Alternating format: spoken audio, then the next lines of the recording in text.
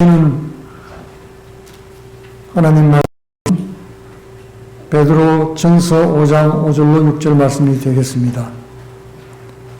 오늘 주시는 하나님 말씀 신약성경 383페이지 베드로 전서 5장 5절로 6절 말씀이 되겠습니다. 제가 읽겠습니다. 젊은 자들아 이와 같이 장로들에게 순복하고 다 서로 겸손으로 허리를 동이라. 하나님이 교만한 자를 대적하시되 겸손한 자들에게는 은혜를 주시느니라. 그러므로 하나님의 능하신 손 아래서 겸손하라. 때가 되면 너희를 높이시리라. 아멘. 오늘은 겸손의 옷을 입은 베드로란 제목으로 은혜를 나누기를 원합니다. 성경에는 겸손과 교만에 관한 말씀이 많이 있습니다. 잠언서 18장 12절에는 사람의 마음의 교만은 멸망의 선봉이요 겸손은 존귀의 앞잡이니라.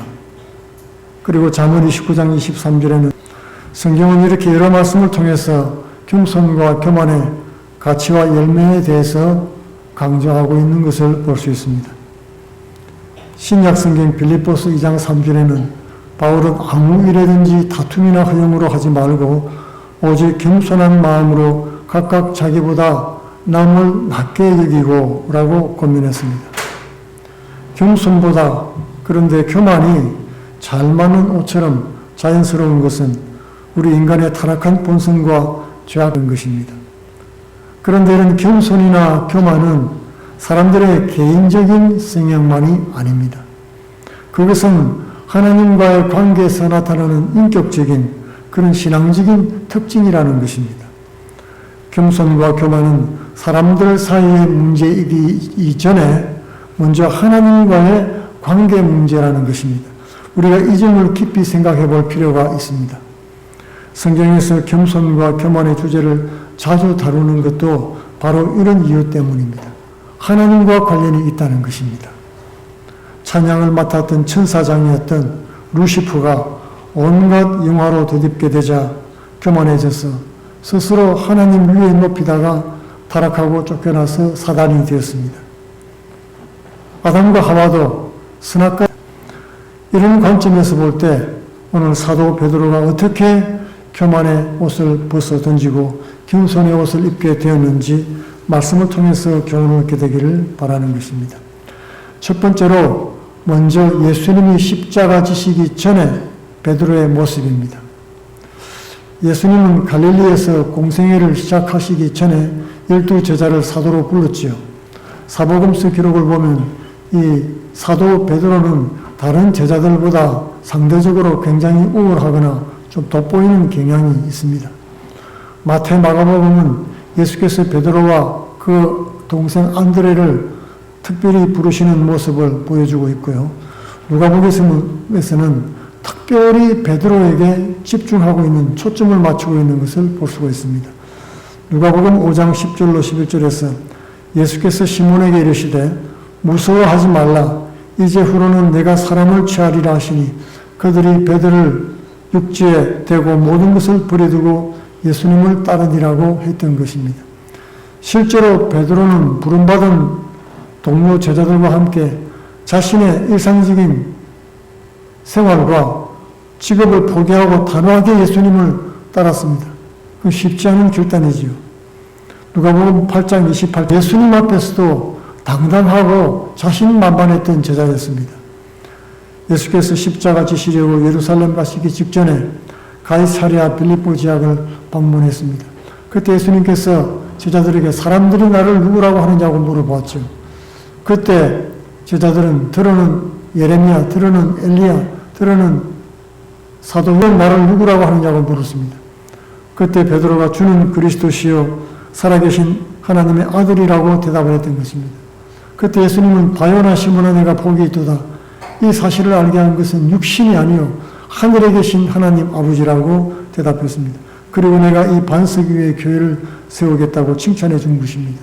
이 베드로는 예수님의 인정받은 수제자였습니다.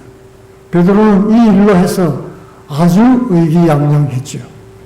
예수께서 이 일이 있은 이후에 비로소 자신이 예루살렘으로 올라가서 당국자들에게 체포되고 많은 고난을 받고 죽임당하고 사흘 만에 다시 예수를 붙들고 꾸짖으면서 말했습니다. 관주 성경에는 간하여 가로되 강구하여라고 되어 있고 개역 개정 번역에는 항변하여 이르되라고 되어 있습니다. 원문의 뜻은 rebuke, 책망하다, 꾸짖다는 뜻이에요. 베드로가 예수님을 붙잡고 꾸짖듯이 말을 했던 것입니다. 주여 그리 마옵소서. 이 일이 결코 주께 미치지 아니하리이다. 내가 그리 되도록 내가 주를 따라와 주고 충성스럽게 보좌해 줄 테니까 염려 말라는 것입니다. 예수께서 돌이켜 베드로에게 이르되 사단아 니디로 물러가라. 너는 나를 넘어지게 하는 자로다. 내가 하나님의 일을 생각지 아니하고 도리어 사람의 일을 생각하는도다 라고 책망을 했던 것입니다. 그만큼 베드로는 자신만만했던 것입니다. 베드로는 예수께서 제자로 부를 때 적극적인 결단력을 보여주었습니다. 심지어 예수님께서 무리로 걸어오실 때는 주여 주시오든 나를 무리로 오라 하소서 라고 요구하고 오라 하자 뛰어내려서 걸어가기도 했던 것입니다. 이런 베드로가 예수님께 칭찬을 듣고 너는 베드로라 내가 이 반석 위에 교회를 세우리니 음부의 군세가 이기지 못하리라. 내가 천국 열쇠를 내게 주겠는데 내가 땅에서 무엇이든지 놓으면 하늘에서도 메일 것이요 내가 땅에서 풀면 하늘에서도 풀리리라고 말했던 것입니다. 그러니 베드로는 이제 한껏 부풀러서 자신도 모르게 교만하게 돼. 그러면서 하나님께서 명령하신 예수님의 십자가를 자신의 힘으로 막아보겠다고 나선 것입니다. 내가 하나님처럼 되어서 이제 선악을 판단하겠다는 그런 태도였던 것입니다. 예수님께서 책망했음에도 불구하고 베드로는 자신의 교만을 여전히 깨닫지 못하고 있습니다. 주여 우리가 주를 따라 감옥에도 가고 염려 말하는 것입니다. 그렇게 용감하게 대답을 했지요. 그때 예수께서 네가 닭 울기 전에 3번 나를 부인하리라고 말씀해 주었습니다. 베드로는 예수께서 잡히시던 밤에 닭 울기 전 3번을 예수님을 부인했습니다. 그리고 또 예수님을 저주까지 하고 말았던 것입니다. 그리고 예수님과 눈이 마주치자 밖으로 나가서 통곡했습니다. 영광의 주를 쫓는 것은 상대적으로 쉬운 일입니다.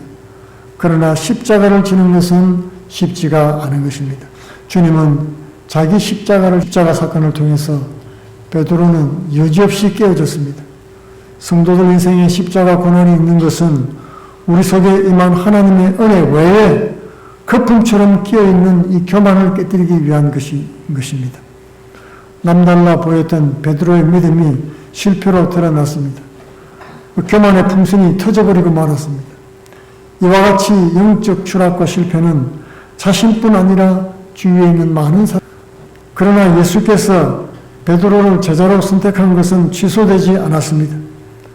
부활하신 후에 예수님은 베드로를 다시 찾아가서 회복시키고 나를 따르라고 다시 불러주신 것입니다. 예수님의 이런 사랑과 용서 때문에 롤러코스터 같았던 베드로의 신앙이 이제 자리를 잡아가기 시작했습니다.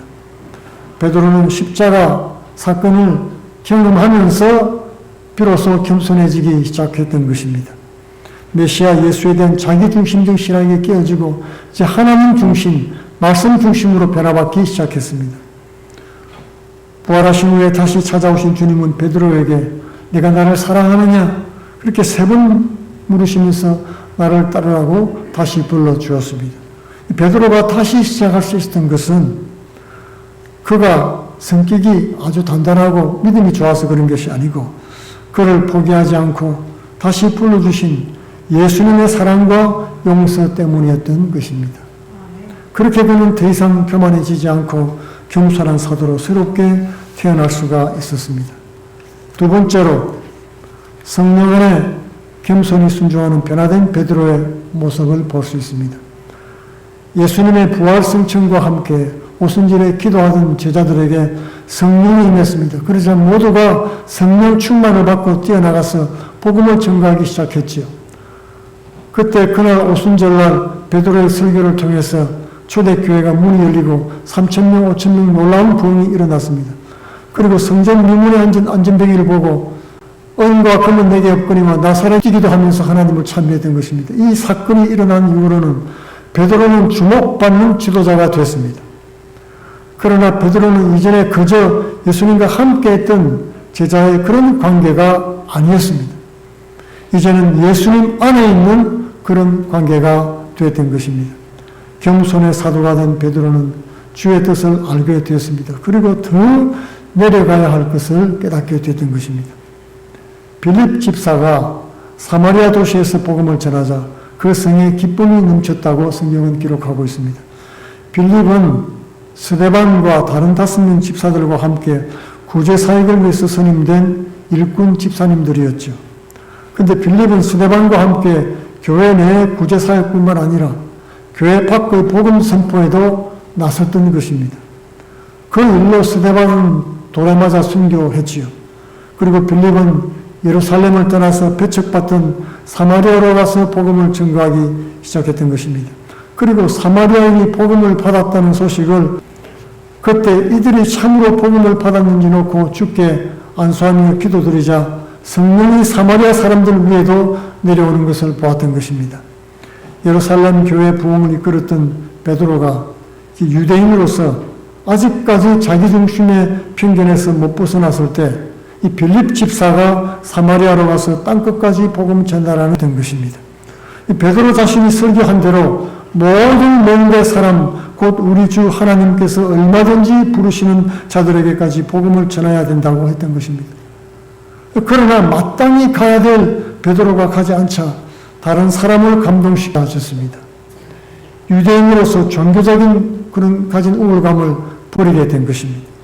사마리아에서 예루살렘으로 돌아갈 때 성경의 기록에 잘 나와 있습니다. 사도행전 8장 25절에 보면 두 사도가 주의 말씀을 증언하여 말한 후 예루살렘으로 돌아갈새 사마리아인의 여러 마을에서 복음을 전하니라. 이제 베드로와 요한은 지역인 루다와 요빠에서 병을 치료하면서 복음 전하는 전도자가 되어 있었습니다. 베드로는 예루살렘에서 이제 주도적이고 안정적인 리더십을 내려놓았습니다. 그리고 여러 도시들을 돌아다니면서 복음 전하는 순회 복음 전도자가 되었던 것입니다. 참다운 회개와 변하는 순종을 가져왔던 것입니다.